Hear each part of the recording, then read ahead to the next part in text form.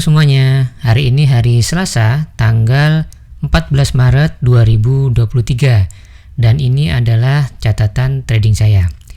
Hari ini ada news penting untuk dolar yaitu Core CPI nanti malam jam 19.30 waktu Indonesia bagian Barat.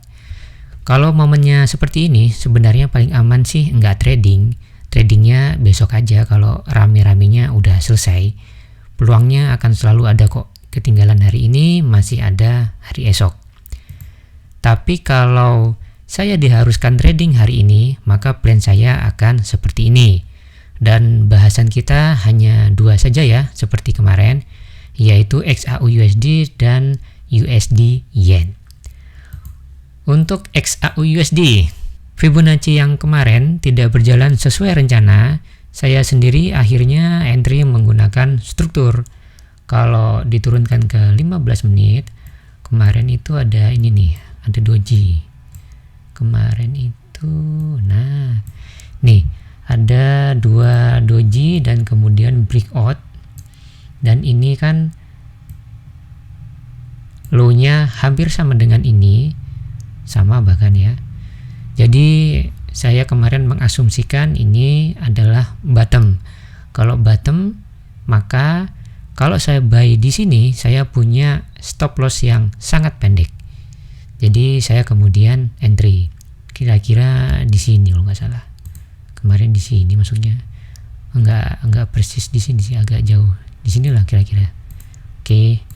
Jauh dan tadi malam di market New York saya closing. Oke, sekarang bagaimana? Nah, sekarang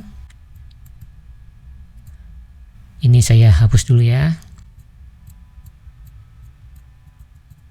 Sekarang XAUUSD ini sebenarnya sedang menguji level resisten kuat dan level ini adalah level persimpangan 19.400. Ini plus minus ya, nggak pas di sini sih sebenarnya. Jadi area lah, kisaran lah ya. Jadi area ini sebenarnya adalah persimpangan. Kalau market tembus ke atas ini, kalau market tembus ke atas ini dan penembusannya valid, maka XAUUSD akan bullish untuk jangka panjang. Menurut saya begitu. Kalau kita lihat di D1 seperti ini, di sini kita melihat ada double bottom. Seperti ini ya. Dan biasanya kalau saya nemu double bottom, dari pengalaman saya trading selama ini, biasanya TP-nya itu at least 2 kali atau 2R dihitung dari neckline. Jadi dihitung dari sini. Neckline-nya di sini, stop loss-nya di sini, maka TP-nya itu biasanya itu setidaknya tembus 2R. Kalau 2R di sini bisa kita lihat, berarti dia kira-kira harusnya market sampai sini setidaknya. Saya bedain ya, saya kasih garis-garis. Nah, kalau teori yang ini benar, berarti gold masih ada ruang sampai sini sob, sampai kira-kira 19.59.575 ya, sampai top yang inilah kira-kira lah ya, dihitung dari neckline. Ini artinya market akan melewati garis persimpangan yang saya sebut tadi, yaitu 19.400. Kemudian kalau kita lihat di weekly, saya mau sharing sesuatu. Ini saya hapus dulu. Hapus. Kalau kita pindah ke weekly, dan ini saya tarik garis seperti ini, saya melihat sebuah channel. Di atas ini kita punya 1, 2, 3, 4 titik. Kemudian di bawahnya kita punya 1, 2, 3, 4, 5, dan 6 titik. Jadi menurut saya channel ini sudah setengah valid. Di atas sudah dikunci lebih dari 2 titik dan di bawah juga sudah dikunci lebih dari 2 titik. Tapi ini masih setengah valid. Yang setengah lagi nunggu breakout. Kalau sudah breakout baru ini valid sepenuhnya. Kita lihat breakoutnya seperti apa. Apakah false breakout atau breakout yang valid. Kalau breakoutnya valid, maka saya melihat ini adalah sebuah flag, nggak cuman channel. Ini benderanya, dan ini adalah tiangnya. Sejauh ini, kira-kira dari sini deh, sekitar 80-90 deh. 90 bisa ya, dihitung 90 bisa. Kita hitung 90.000 poin. Dan teori tentang flag, kalau channel ini breakout, maka dia akan jalan sejauh tiang sebelumnya. Kalau tiang sebelumnya 90.000 poin, maka ke atas ini juga 90.000 poin. Jauh ya. 90.000 poin kira-kira segini sob. Ya kira-kira seginian lah ya, plus minus lah ya. Kira-kira di sini. Ya, di sini. Plus minus ya.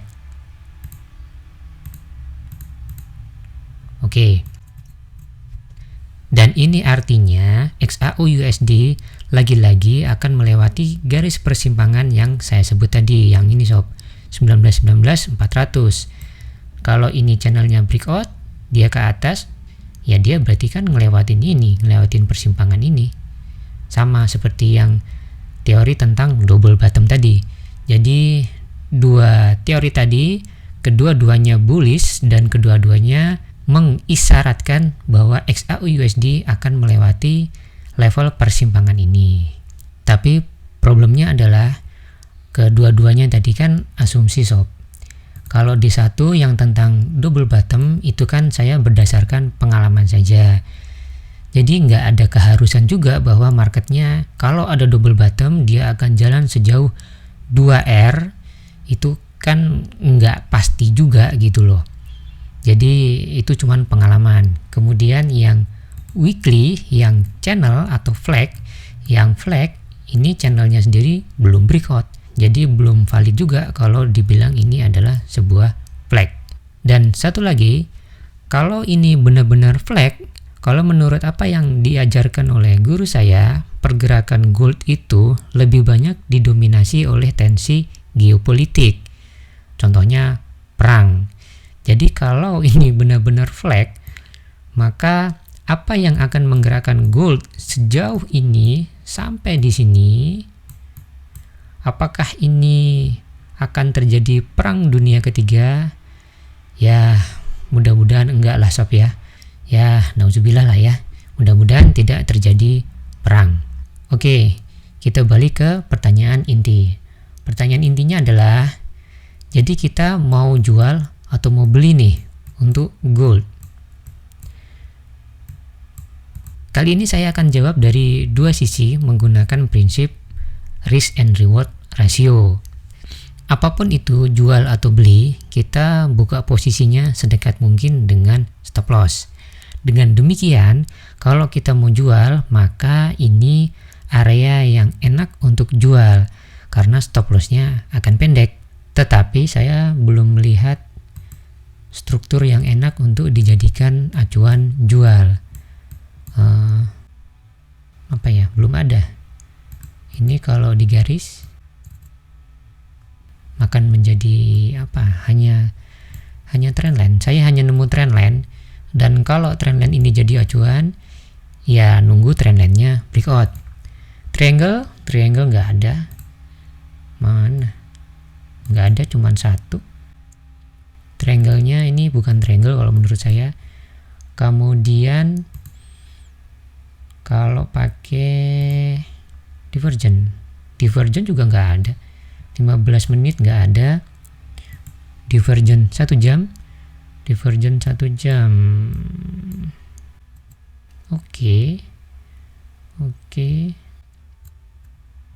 Oke, divergent ada penurunan, tetapi kalau divergent kita harus nunggu marketnya agak turun sedikit. Kita harus menunggu ada bukti bahwa marketnya turun, baru kita ambil sell dengan teori divergent. Untuk untuk saat ini sih belum. Kalau menurut saya begitu, tapi tentu saja saya bisa salah kan. Oke, itu dari sisi seller ya. Kalau dari sisi buyer bagaimana? Kalau dari sisi buyer, saya akan tarik Fibonacci. Fibonacci-nya saya ambil dari swing yang ini. Swing sini ke swing sini. Oke. Ya, kira-kira beginilah. Nanti kalau marketnya naik sedikit, kita boleh adjust sedikit. Sedikit ya. Kalau udah breakout, ya kita nggak adjust lagi. Tapi kalau cuma naik-naik tipis, bolehlah kita geser-geser Fibonacci-nya. Tapi untuk saat ini, karena strukturnya seperti ini, maka Fibonacci-nya saya tarik sampai sini. Nah, acuan saya adalah kalau marketnya berbalik ke area sini, seperti biasa ke area 50 dan 618 Fibonacci, saya akan beli. Targetnya kemana? Targetnya menurut saya bisa ke 1991 700. 1991 700. Oke, kira-kira di situ. Cek lagi. Oh, oke. Ini ya. Nah, bolehlah. Sini bolehlah. Oke, kisaran ya. Kisaran 1991 atau 1997. Ya, kisaran sinilah. Oke. Begini ya kawan-kawan ya.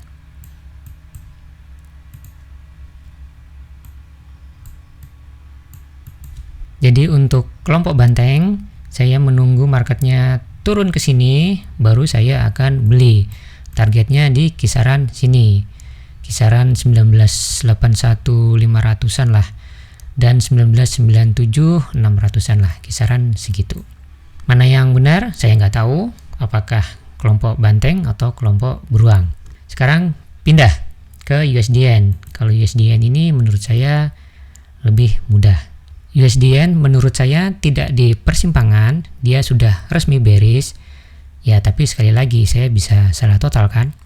Untuk USDN saya pro kelompok beruang. Tetapi untuk entry-nya saya masih akan tetap mengandalkan Fibonacci dan Fibonacci-nya saya sesuaikan seperti ini. Nah, jadi kalau dia kembali ke sini ke 50 dan 618 Fibonacci, saya akan jual. Gini ya sob. Oke. Tipenya kemana? Tipenya sama lah. Masih ke sini kayaknya masih bisa. Ke 127 200. Lalu bagaimana jika marketnya nggak naik dulu tapi langsung turun? Apakah saya akan mengejar dengan struktur? Sepertinya tidak. Karena nanti malam ada momen yang sangat volatil, saya nggak akan pakai struktur, karena kalau pakai struktur di momen seperti itu, strukturnya mudah rusak. Jadi saya akan mengandalkan Fibonacci. Kalau nggak kena, oke, saya akan menunggu sampai market stabil lagi, sampai newsnya mereda, kemudian saya akan lihat. Setelah itu kalau ada struktur yang enak, saya akan entry. Dengan catatan ya, kalau marketnya benar-benar masih bearish. Karena saya juga bisa salah kan. Bisa jadi marketnya nanti malam jadi bullish. Jadi invalidation saya kena, saya sudah nggak bisa bearish lagi di USD Yen. Oke, kayaknya cukup. Sekarang kita rekap. XAUSD saya pro kelompok banteng, tapi saya menunggu level ini. Kalau marketnya turun ke sini, ke 50 dan 618 Fibonacci, saya akan beli. Bagaimana kalau marketnya breakout ini? Apakah saya akan beli? Enggak, karena news yang nanti malam bisa jadi membuat marketnya sangat volatil, jadi hati-hati dengan false breakout. Jadi kalau mau beli, sebaiknya tunggu di sini. Kalau market pullback ke sini, baru kita beli. Atau tunggu marketnya reda. Nanti kalau reda, baru kita analisa ulang. USDN saya pro kelompok beruang dan saya menunggu marketnya untuk naik ke area ini. Kalau market naik ke area ini, saya akan jual.